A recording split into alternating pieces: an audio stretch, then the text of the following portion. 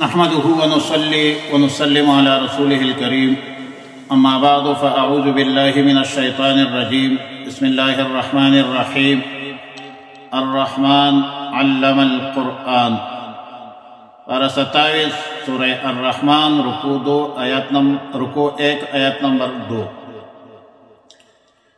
صفت رحمان کے بعد اب اللہ کی نعمتوں کا ذکر مسلسل ہے۔ دنیاوی نعمتوں کا بھی ذکر ہوگا اور اخروی نعمتوں کا بھی۔ اللہ رب العالمین کے نعمتوں میں بڑی نعمت قرآن کریم، جو دنیا اور آخرت کی کامیابی، کامرانی، صلاح، فلاح، رشد و ہدایت کا عظیم ذریعہ ہے۔ دین اور دنیا دونوں کے حوالے سے برکات اور ثمرات کا جامع ہے۔ جنہوں نے قرآن کریم کو اپنایا، قرآن کریم کے تعلیمات پر عمل کیا، قرآن کریم کو سینے کے ساتھ لگایا، تو اللہ رب العالمین نے دنیا اور آخرت کے عظیم نعمتوں پر سرفراز فرمایا اور اتنا بڑا مقام عطا فرمایا جو بڑے بڑے بادشاہوں کو بھی حاصل نہیں ہوتی۔ ان اللہ یرفع بہذا الکتاب اقواما ویدعو بہ آخرین۔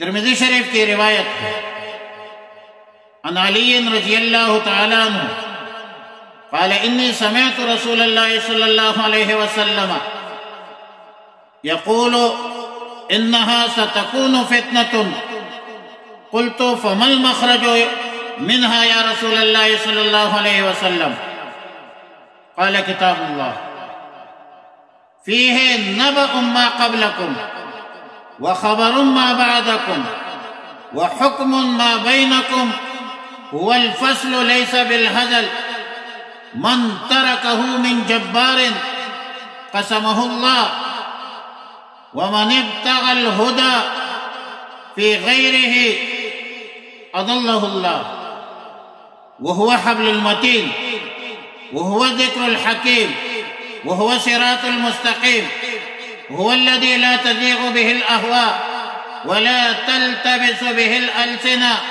ولا يشبع منه العلماء ولا يخلق عن كثرة الرد ولا تنقضي عجائبه هو الذي لم تنتهي الجن إذ سمعته حتى قالوا إنا سمعنا قرآنا عجبا يهدي إلى الرشد فآمنا به فمن قال به صدقا ومن عمل به أجرا ومن حكم به عدل ومن دعا إليه هدي إلى صراط مستقيم۔ طبرانی معجم کبیر میں یہ ہے کہ حضرت جبریل امین نے حضرت جناب رسول اللہ صلی اللہ علیہ وسلم سے دریافت کیا، رسول اللہ صلی اللہ علیہ وسلم نے دریافت کیا اور پوچھا، جبریل امین نے پوچھا کہ یا محمد امتک بعدک، یعنی یا محمد یا ربی صلی اللہ علیہ وسلم، آپ کے بعد آپ کے امت کا کیا بنے گا؟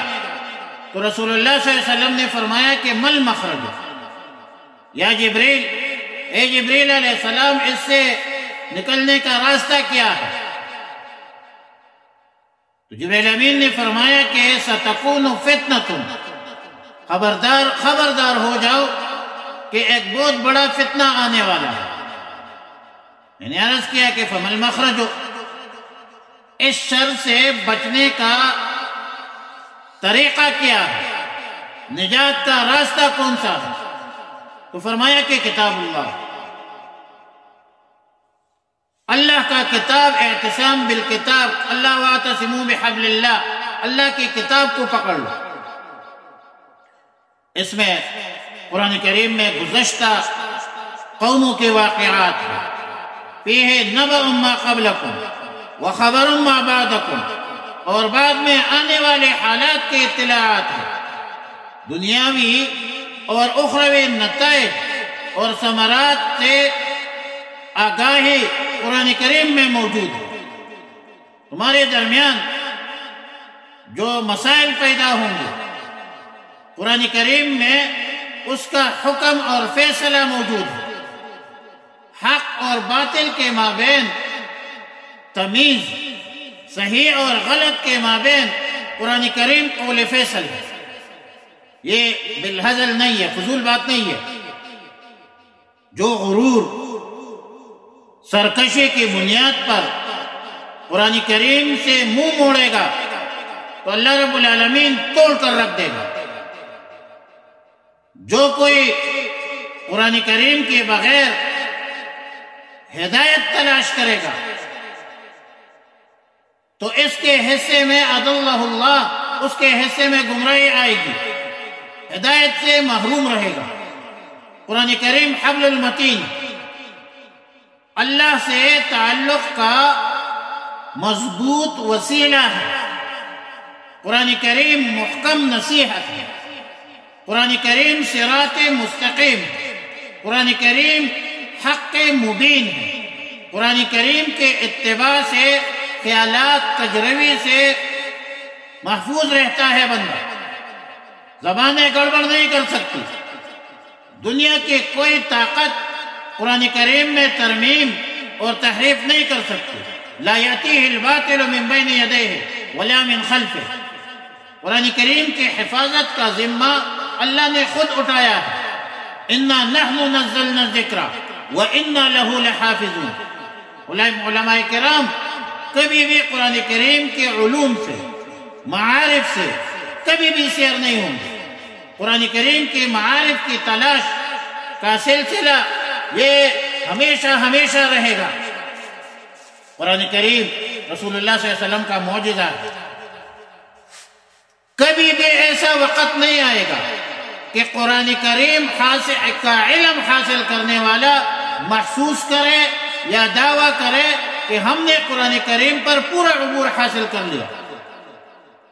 کوئی بھی عالم، بڑے سے بڑا عالم یہ دعویٰ کر نہیں سکتا کہ اب ہمارے حاصل کرنے کے لیے کچھ باقی نہیں رہا، بلکہ قرآن کریم کے جو طالبین علم ہے اس کا حال ہمیشہ یہ رہے گا کہ وہ قرآن کریم میں جتنا آگے بڑھتے رہیں گے اتنی ہی ان کے طلب میں ترقی کرتے رہیں گے، اور احساس و ادراک یہ ہوگا کہ ہم نے کچھ بھی حاصل نہیں کیا،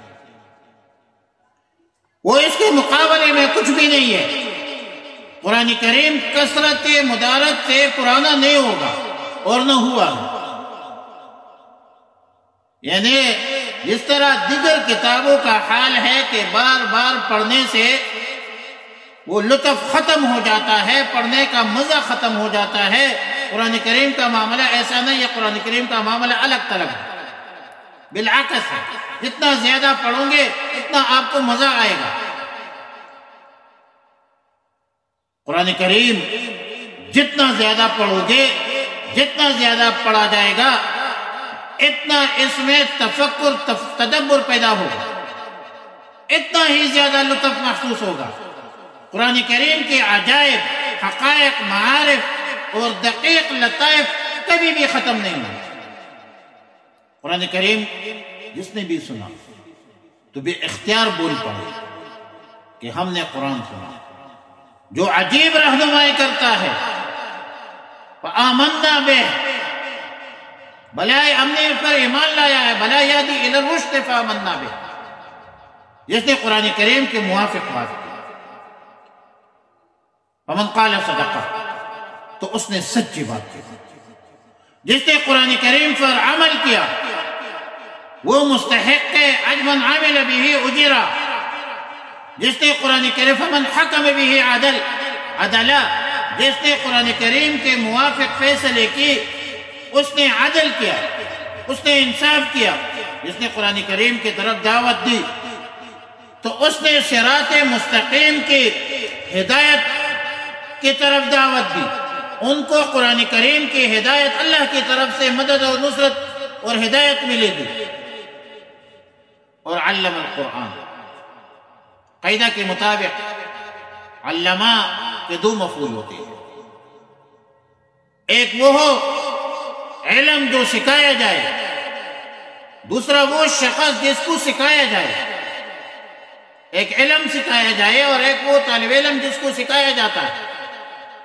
آیت مذکورہ میں وہ چیز نہیں بتلائی گئی جو جس کو سکھائے گی، یعنی قرآن ایک، اور دوسرا وہ مفعول قرآن کا ذکر تو ہے کہ علم القرآن، کس کو سکھایا ہے دوسرا مفعول کا ذکر نہیں ہے، اور جس میں عموم کی طرف اشارہ ہے۔ لیکن رسول اللہ صلی اللہ علیہ وسلم کو اولاً سکھایا گیا اور فرمایا وَعَلَّمَكَ مَا لَمْ تَكُنْ تَعْلَمْ وَكَانَ فَضْلُ اللَّهِ عَلَيْكَ عَظِيمًا۔ وجہ یہ ہے کہ انبیاء علیہ السلام کسی مخلوق کے شاگرد نہیں ہوتے، سب انبیاء علیہ السلام کو اللہ تعالی نے علم دیا۔ آدم علیہ السلام کے بارے میں فرمایا وَعَلَّمَ آدَمَ الْأَسْمَاءَ كُلَّهَا ثُمَّ عَرَضَهُمْ عَلَى الْمَلَائِكَةِ۔ یوسف علیہ السلام کے بارے میں فرمایا وَيُعَلِّمُكَ مِن تَأْوِيلِ الْأَحَادِيثِ۔ لہذا اولاً رسول اللہ صلی اللہ علیہ وسلم کو یہ علم عطا فرمایا، قرآن کا علم عطا فرمایا۔ قرآن قال ہے تو رسول اللہ صلی اللہ علیہ وسلم حال ہے، اور رسول اللہ صلی اللہ علیہ وسلم نے صحابہ کرام کو تعلیم دی۔ مسجد نبی میں صحابہ کرام کی دو جماعتیں، ایک جماعت ذکر و فکر میں مشغول تھی، دوسری جماعت تعلیم و تعلم میں مصروف۔